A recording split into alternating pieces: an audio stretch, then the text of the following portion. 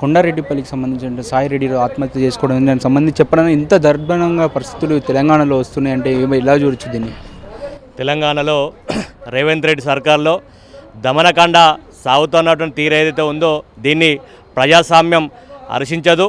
ఈరోజు చనిపోయినటువంటి సాయిరెడ్డి ఎవరైతే ఉన్నారో గతంలో కొండారెడ్డిపల్లె గ్రామానికి ఒక సర్పంచ్గా చేసినటువంటి వ్యక్తి వారి నియోజకవర్గంలో వారి సొంత గ్రామంలో గతంలో పనిచేసినటువంటి తాజా మాజీ సర్పంచి చనిపోవడం ఎంత దురదృష్టకరం అంటే అక్కడ సంఘటనలు ఎంత భయాందోళనకరంగా ఉన్నాయో రాష్ట్ర వ్యాప్తంగా ఏ రకంగా ఉందో అనేది ఉట్టిపడుతూ ఉంది. అంటే ఉదాహరణకు ఒక కొండారెడ్డిపల్లె జరిగినటువంటి సంఘటన రాష్ట్రంలో అలజడులు దమనకాండ అధికార దాసోహం ఏదైతే ఉందో అధికారంతో ఏదైనా చేయవచ్చు అనేటువంటి ఒక దురాలోచనతో ఏదైతే ఉందో దాన్ని పూర్తి స్థాయిలో ఖండిస్తూ ఉన్నాం.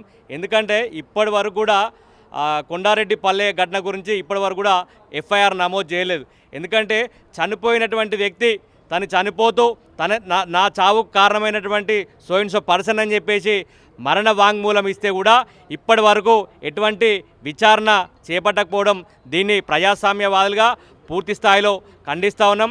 సరే ఇవాళ అధికారం ఉంది మీది నడవచ్చు అనేటువంటి ఒక భ్రమలో ఉన్నారు. కానీ ప్రజాస్వామ్యంలో చాలామంది నియంతలు ఎంతమంది నియంతలైనా కాలగర్భంలో కలిసిపోయారు. ఇది సరైనటువంటి చర్య కాదు. ఎందుకంటే అధికారం మీకు అవకాశం వచ్చింది, ప్రజలు మీకు అవకాశం ఇచ్చారు, అధికారం ఇచ్చారు.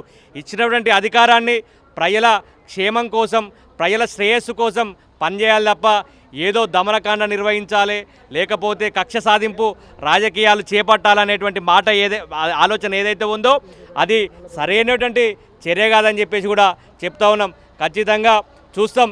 మేము కూడా బీఆర్ఎస్ పార్టీ పక్షాన ప్రజల పక్షాన ఖచ్చితంగా దీన్ని ఈ త్వరలో కేసు నమోదుగిన కాకపోతే ఖచ్చితంగా దీన్ని మేము మానవ హక్కుల కమిషన్ దృష్టి కూడా తీసుకోయేటువంటి ఆలోచనలో ఉన్నామని చెప్పేసి కూడా తెలియజేస్తూ ఉన్నాం. అన్న చూస్తూ ఉంటే కొండారెడ్డిపల్లి ఆ నియోజకవర్గం మొత్తం వాళ్ళ కుటుంబం రేవంత్ రెడ్డి వాళ్ళ కుటుంబం కనుసరణలో ఏం పని జరగాలన్నా మొత్తం వాళ్ళ కుటుంబం మీదే నడుస్తుంది. ఎలా చూడొచ్చు అన్న మొత్తం అఫీషియల్గా వాళ్ళు బయటకు వచ్చి స్టేట్మెంట్ ఇస్తారు. వాళ్ళకి ఎలాంటి పదవులు లేకున్నా ఎలాంటి ప్రజల సంబంధించిన అధికారంలో లేకున్నా కూడా వాళ్ళు అఫీషియల్గా వచ్చి వాళ్ళు స్టేట్మెంట్ ఇస్తున్నారు. దీన్ని ఎలా చూడొచ్చు? 100% ఇప్పుడు ప్రజలు ఆలోచిస్తూ ఉన్నారు, ప్రజలు చూస్తూ ఉన్నారు, అన్నీ ప్రజల ముందు జరుగుతూ ఉన్నాయి. ఈరోజు అధికారాన్ని అడ్డుపెట్టుకొని ఎంతకైనా ఏ రకంగానైనా ముందుకు పోవచ్చు, ఏదైనా చేయొచ్చు అనేటువంటి ఆలోచన ఏదైతే ఉందో దాన్ని ప్రజలు ఇయ్యాల వాళ్ళకి కరెక్ట్ అనిపించవచ్చు. కానీ దాన్ని ప్రజలు హర్షించారు. ఎందుకంటే ఒక మాజీ ప్రజాప్రతినిధి, ఇంకొకటి ఏంటంటే ఆయన వయసు రీత్యా కూడా చాలా అనుభవజ్ఞుడు, చాలా వయసు రీత్యా కూడా పెద్దోడు. అంటే అతన్ని అంటే ఒక వ్యక్తి మీదనే ఈ రకంగా జరుగుతుందంటే ఈ యొక్క వీరు అధికారాన్ని అడ్డబెట్టుకొని రాష్ట్రంలో ఉన్నటువంటి ప్రజలను కానీ మిగతా వాళ్ళకు పడినటువంటి వర్గాన్ని ఏదైతే ఉన్నారో వాళ్ళని ఏ రకంగా ఒత్తిడికి గురి చేస్తున్నారనేటువంటిది కొండారెడ్డిపల్లె జరిగినటువంటి సంఘటనే ఉదాహరణ. ఎందుకంటే సుమారుగా ఇప్పుడు ఈరోజు కనీసం మరణ వాంగ్మూలం ఇచ్చినప్పటికీ కూడా కేసు నమోదు చేయలేదంటే వ్యవస్థ ఎక్కడ ఉంది? అసలు మనం రాజ్యాంగంలోనే ఉన్నామా, ప్రజాస్వామ్యంలోనే జీవిస్తున్నాం అనేటువంటి విషయం ప్రజలు ముక్కున వేలేసుకుంటున్నారండి. ప్రజలకు అవకాశం వచ్చినప్పుడు ఏ రకంగా దానికి సమాధానం చెప్పాలో చెప్తారు. కానీ ఇప్పటికిప్పుడైతే ఖచ్చితంగా దీని మీద చర్యలు తీసుకోకపోతే ఇప్పుడు త్వరలోనే మేము మానవ హక్కుల కమిషన్ను ఆశ్రయిస్తామని చెప్పేసి తెలియజేస్తూ ఉన్నాం. అంటే తిరుపతి రెడ్డికి ఏం అధికారం ఉందని డైరెక్ట్ ఒక ఏంది ఎస్కాట్ వేసుకొని వచ్చి జనాల్లో తిరుగుకుంటూ వాళ్ళకి హామీలు ఇస్తాం, మేము బరాబరి ఇప్పుడు సంబంధించి ఫార్మాసిటీ కట్టి తీరుతామని చెప్పి చెప్తూ ఉన్నారు. ఇప్పుడు మేము ఫార్మాసిటీ అక్కడ కాకపోతే ఇంకొకటి కూడా కట్టుకోవచ్చు. మొన్న రేవంత్ రెడ్డి గారు మొన్న సిరిసిల్ల వెమ్లవాడ సభకు వచ్చి ఏం చెప్పాడు, తొండలు గుడ్లు పెట్టేటువంటి జాగల్లో మేము ఈ ఫార్మాసిటీ వాళ్ళ పేద ప్రజలకు మేము సహాయం చేస్తున్నాం, ఉపాధి కల్పన చేస్తాం అని చెప్పారు. అక్కడ తొండలు గుడ్లు పెడుతున్నాయా, బల్లులు గుడ్లు పెడుతున్నాయా? ఈరోజు అక్కడ ఇటువంటి గిరిజన సోదరులు, చెల్లెళ్ళు, యువకులు అందరూ కూడా అక్కడ ఏం జరుగుతూ ఉంది, అక్కడ ఎట్లాంటి పంటలు పండుతూ ఉన్నాయో రాష్ట్రానికి చూపించే విధంగా సోషల్ మీడియా ద్వారా చెప్పడం జరిగింది. అంటే మసిపూసి మారేడుకాయ చేసి ఈ ఇష్యూను డైవర్ట్ చేయడానికి దీన్ని ఒక కుట్ర పండుతున్నారు తప్ప కానీ ఈరోజు పేదల కడుపు కొడితే ఏమొస్తుంది? ఈరోజు పేదలకు మంచి చేయడం ఉద్దేశంతోనే ప్రభుత్వాలు ఏర్పడతాయి. అదే ప్రజలకు ఇలా గిరిజన సోదరులు అండి, వాళ్ళు పని చేసుకుంటేనే రెక్కాడితే డొక్కాడినటువంటి కుటుంబాలు, పని చేసుకుంటేటువంటి బతికేటి కుటుంబాలు పూర్తిగా ఆ భూములపైనే ఆధారపడి ఉన్నటువంటి కుటుంబాలు కాబట్టి దయచేసి ఇప్పటికైనా రేవంత్ రెడ్డి గారు పునరాలోచించాలి, అక్కడ ఫార్మాసిటీని రద్దు చేయాలని చెప్పేసి కోరుతా ఉన్నాం. నా గిరిజన ఎస్సీ ఎస్టీ బీసీ మైనార్టీ సోదరులందరినీ కాపాడాల్సినటువంటి అవసరం ఉంది. ఎందుకంటే వాళ్ళు దున్నుకొని బతికేటువంటి భూములు, పంట చేసుకొని పండించేటువంటి భూములు కాబట్టి దయచేసి మీరు వెంటనే ఈ యొక్క నిర్ణయాన్ని వెనక్కి తీసుకోవాలి. లేని పక్షంలో ఖచ్చితంగా బీఆర్ఎస్ పార్టీ పక్షాన, రాష్ట్రస్థాయి పక్షాన పూర్తి స్థాయిలో పెద్ద మొత్తంలో ఆ గిరిజన కుటుంబాలకు, ఆ తండా కుటుంబాలకు, కొండారెడ్డిపల్లి ఆ ఫార్మాసిటీ తరఫున ఎవరైతే నష్టపోతున్నారో ఆ కుటుంబాలకు ఖచ్చితంగా బీఆర్ఎస్ పార్టీ అండగా ఉంటుంది.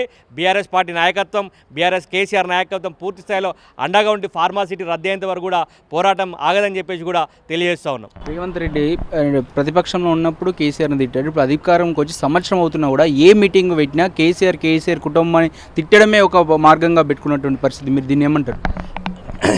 కేసీఆర్ను చెరిపేయాలనుకోవడం అది మూర్ఖత్వం. ఎందుకంటే 20 సంవత్సరాలు నిక్కారసమైనటువంటి పోరాటం చేసి సావు నోట్లో తలబెట్టి తెలంగాణ రాష్ట్రాన్ని సాధించినటువంటి ఘనత కేసీఆర్ గారిది. సరే, ఆనాడు తెలంగాణ ఉద్యమం కోసం వందల మంది బయలుదేరారు, చాలామంది నాయకత్వం వహించి, కానీ అది కేసీఆర్ సారథ్యంలో ఎందుకు సాధ్యమైందంటే ఒక రక్తపు చుక్కను కూడా చిందించకుండా పోరాటం చేసి తెలంగాణ రాష్ట్రాన్ని సాధించినటువంటి ఘనత కేసీఆర్ గారిది.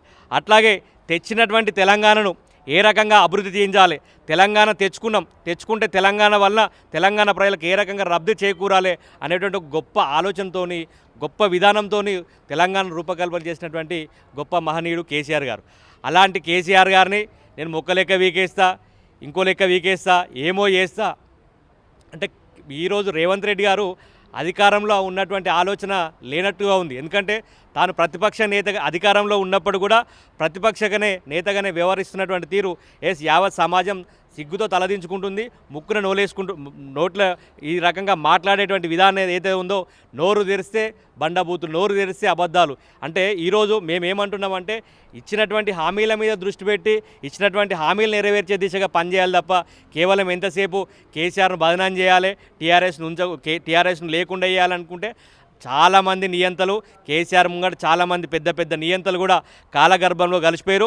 ఆ రోజు తెలంగాణను అడ్డుకున్నటువంటి రాజశేఖర రెడ్డి సమైక్యవాదులతోనే పోరాటం చేసినాం. ఇలా వీళ్ళెంత, వాళ్ళ శిష్యులు వీళ్ళెంత, వీళ్ళ లెక్కెంత. కానీ ఈరోజు ఈ అబద్ధ హామీలు ఏదైతే నమ్మి ప్రజలు మార్పు అనేటువంటి విధంగా ఈ అబద్ధ హామీలు నమ్మి మీకు ఓట్లేశారు తప్ప ఇప్పటికిప్పుడు ఎలక్షన్స్ ఎప్పుడు పెట్టినా టీఆర్ఎస్ పార్టీ అధికారంలోకి రావడం ఖాయంగా కనిపిస్తాం. ఎందుకంటే ఈరోజు కేసీఆర్ అధికారం కోల్పోతే తెలంగాణ ప్రజలకు ఎంత నష్టం జరుగుతుంది. ఈరోజు ఐటీకి సంబంధించినటువంటి పరిశ్రమలకు సంబంధించినటువంటి చాలా అన్ని రకాలుగా ఏ రకంగా ఇబ్బంది పడుతుందో ప్రజలు చాలా ఇబ్బంది పడుతూ ఉన్నారు. ఈరోజు పెన్షన్దారులు అయితేనేమి, ఈరోజు మేము ఎక్కడ కూడా ఈరోజు రేవంత్ రెడ్డి గారికి కేసీఆర్ గారికి ఎంత ఫరక్ అంటే, రేవంత్ రెడ్డి గారు ఇచ్చినటువంటి హామీలు అమలుపరిచేటువంటి పరిస్థితులు లేరు. కానీ కేసీఆర్ గారు ఇయ్యనటువంటి చెప్పనటువంటి హామీలను కూడా ఇలా మేము కళ్యాణ లక్ష్మి ఎక్కడ కూడా మేము ఎలక్షన్ మేనిఫెస్టోలో పెట్టలేదు, రైతు బంధు పెట్టలేదు. అంటే ఇయ్యనటువంటి హామీలు చాలా కూడా తెలంగాణ ప్రయాణికాన్ని చేసినాం. అంటే ఈరోజు తెలంగాణ ప్రజల గుండెల్లో కేసీఆర్ గారు ఒక దేవుళ్ళుగా చూస్తున్నారు. అందుకనే తెలంగాణ ప్రజలు అనుకుంటారు భగవంతుడు కనిపించడు, కానీ కేసీఆర్ మాత్రం భగవంతుని రూపంలో తెలంగాణ రాష్ట్రాన్ని శ్రీరామ లక్ష్యంగా ఎప్పటికప్పుడు కాపాడుతున్నటువంటి ఒక మనోధైర్యం, సంకల్పం తెలంగాణ ప్రజల్లో ఇప్పటికి కూడా అది తొలగిపోలేదు. ఖచ్చితంగా వచ్చేటువంటి ఎలక్షన్లో ఏ రకంగా బుద్ధి చెప్పాలి, కేసీఆర్కు ఓటు వేసి మళ్ళొకసారి గెలిపించుకొని ఎదుటి పార్టీలకు ఈ రకంగా అబద్ధ ప్రచారం చేసిన వారికి తిరిగి కొట్టే విధంగా ప్రజలు ఆలోచన చేస్తూ ఉన్నారు. ఇంకొకటి అన్న, 6 గ్యారెంటీలు అమలు చేశాము, అంత ప్రజలు సంతోషంగా ఉన్నారని చెప్పేసి ఈరోజు విజయోత్సవ సభలు జరుపుకుంటున్నటువంటి పరిస్థితి ప్రభుత్వం. మీరేమంటారన్న? విజయోత్సవాలు కాదు, ఏం చేశారని విజయోత్సవాలు. ఇచ్చినటువంటి 6 గ్యారంటీలు 420 హామీలు ఒక్కటి కూడా ఏలే. ఒక ఉచిత బస్సు చేసిరు, ఉచిత బస్సు పేరిట మహిళలు తన్నులాటలు గుద్దులాటలు పెట్టుకుంటున్నారు. ఈరోజు పెన్షన్లు పెంచలేదు. అవ్వ తాతలు ఇలా మేము 200 ఇచ్చే పెన్షన్ను 2000 రూపాయలు చేసినాం, కానీ 2000 రూపాయలు నాకు ఓటేస్తే 4000 రూపాయలు ఇస్తాను. పెన్షన్లు పెంచిండా, రైతు భరోసా వేసిండా. ఈరోజు ఎకరానికి టీఆర్ఎస్ కోటేస్తే ఎకరానికి కేసీఆర్ 10,000 ఇస్తుండే, నేను 15,000 ఇస్తాడు. రైతు భరోసా ఎగబెట్టిండు, రైతు రుణమాఫీ సక్రమంగా చేయలేదు. ఈరోజు కళ్యాణ లక్ష్మి కింద ఇస్తానటువంటి తులం బంగారం లేదు.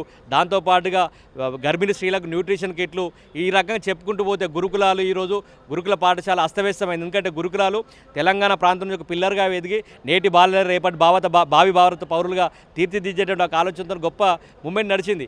ఈరోజు పురుగులన్నం పాము కాట్లతో గురుకులాలు అన్నీ ఆగమైపోయినాయి. ఇంకొక విషయం ఏంటంటే తెలంగాణ వృద్ధి రేటు కూడా తగ్గిపోయింది. అంటే గతంలో వృద్ధి రేటు ఇప్పుడున్న వృద్ధి రేటు చూసుకుంటే చాలా తగ్గిపోయింది. గతంలో కేసీఆర్ గారు కాళేశ్వరం కూలిపోయిందన్నారు, మరి ఎక్కడ కూలిపోయింది అన్నటువంటి సన్నాసులు ఎందుకు నిరూపించలేకపోయారు? ఇది అదే నీరుతో తెలంగాణ ప్రాంతం మొత్తం చుట్టుపక్కల మొత్తం పారుతూ ఉంది. పెద్ద మొత్తంలో వరిధాన్యం సేకరించి ఈరోజు దేశానికి అన్నం పెట్టేటువంటి స్థాయిలో తెలంగాణ రాష్ట్రాన్ని, తెలంగాణ రైతాంగాన్ని కేసీఆర్ గారు తీర్చిదిద్దారు. కానీ ఈరోజు వచ్చినటువంటి కాంగ్రెస్ ఇచ్చినటువంటి హామీలను అమలు చేయక ఈరోజు రైతాంగం సిరిసిల్ల నేతనలు అయితే రైతులని ఆత్మహత్యల దిశగా ముందుకు పోతున్నటువంటి సందర్భం ఏదైతే ఉందో ఇది చాలా బాధాకరం. ఖచ్చితంగా రానున్నటువంటి రోజుల్లో రేవంత్ గారికి తగినటువంటి బుద్ధి చెప్తారు. ఈరోజు చీమలు పెట్టిన పుట్టల్లో పాములు దూరినట్టుగా ఈరోజు కాంగ్రెస్ పార్టీలో ఒక ఆ రకంగా దూరి ఈరోజు చేస్తూ ఉన్నాడు. దీన్ని ప్రజలు హర్షించారని చెప్పేసి కూడా చెప్తా ఉన్నాం. ఇది పరిస్థితి. వచ్చే రోజులలో కంపల్సరీ కేసీఆర్ని తిట్టడమే కాదు, నువ్వు ఏదైతే పరిపాలనకు వచ్చావు కాబట్టి పరిపాలన మీద దృష్టి సారించి ప్రజలకు కావాల్సినటువంటి సమస్యలు విని వాళ్ళకి ఏం కావాలో అవి నెరవేర్చాలి తప్ప కేసీఆర్ తిట్టడం, కేసీఆర్ కుటుంబం తిట్టడం మానుకోవాలని చెప్పేసి బీఆర్ఎస్ నేతలు చెప్తున్నారు. కెమెరామెన్ మహేష్తో అక్షిత్, హైదరాబాద్.